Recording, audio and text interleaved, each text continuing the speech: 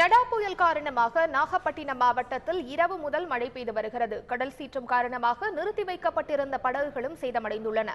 இது தொடர்பான கூடுதல் விவரங்களை அங்குள்ள எமது செய்தியாளர் ஸ்ரீதரிடம் கேட்போம். வணக்கம் ஸ்ரீதர், நாகப்பட்டினத்தில் இப்போது நிலைமை எப்படி இருக்குது? மழை பெஞ்சிட்டு இருக்குதா? புயல் காரணமா கடல் சீற்றம் காணப்படுதா? நடா புயல் தீவிரமடைந்து வருவதையொட்டி நாகை மாவட்டத்தில் நேற்று முன்னெச்சரிக்கை நடவடிக்கை முடுக்கிவிடப்பட்டுள்ளது. இந்த புயல் என்பது தற்போது தீவிரமாக கரையை நோக்கி வருவதால் இந்த பகுதியில் அனைத்து துறை அதிகாரிகளும் நாகை மாவட்ட ஆட்சியர் முடுக்கிவிட்டு அந்த பணிகளை மேற்கொண்டு வருகிறார். இதற்காக சென்னையிலிருந்து தேசிய பேரிடர் மீட்பு குழுவினர் தற்போது நாகப்பட்டினத்திற்கு வந்திருக்கிறார்கள். அதாவது 40 பேர் கொண்ட மீட்பு குழுவினர் இந்த பகுதிக்கு வந்திருக்கிறார்கள். அதே போல மாவட்ட காவல்துறை சார்பில் இந்த பகுதியில் மீட்பு படை வீரர்களும் தயார் நிலையில் இந்த பகுதிக்கு தயார் நிலையில் கொண்டு வரப்பட்டிருக்கிறார்கள். தொடர்ந்து நாகப்பட்டினத்தில் நேற்று முதல் கனமழை பெய்து வந்தது.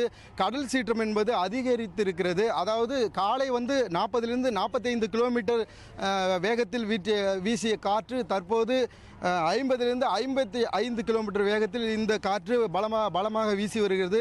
இதேபோல் நாகை மாவட்டம் பூம்புகாரில் கடற்கரை ஓரம் நிறுத்தி வைக்கப்பட்டிருந்த 200க்கும் மேற்பட்ட ஃபைபர் படகுகள் ஒன்றுடன் ஒன்று மோதி பெருத்த சேதத்துக்கு உள்ளாகி இருக்கிறது. அதே போல பூம்புகாரில் புதிய துறைமுகம் கட்டுமான பணி நடைபெற்று வருகிறது. அந்த பகுதியிலும் அந்த துறைமுக பகுதியில் கடல் காற்று கடல் கொந்தளிப்பு காரணமாக அந்த துறைமுகமே மூழ்கும் அளவிற்கு கடல் நீர் உள்ளே புகுந்திருக்கிறது.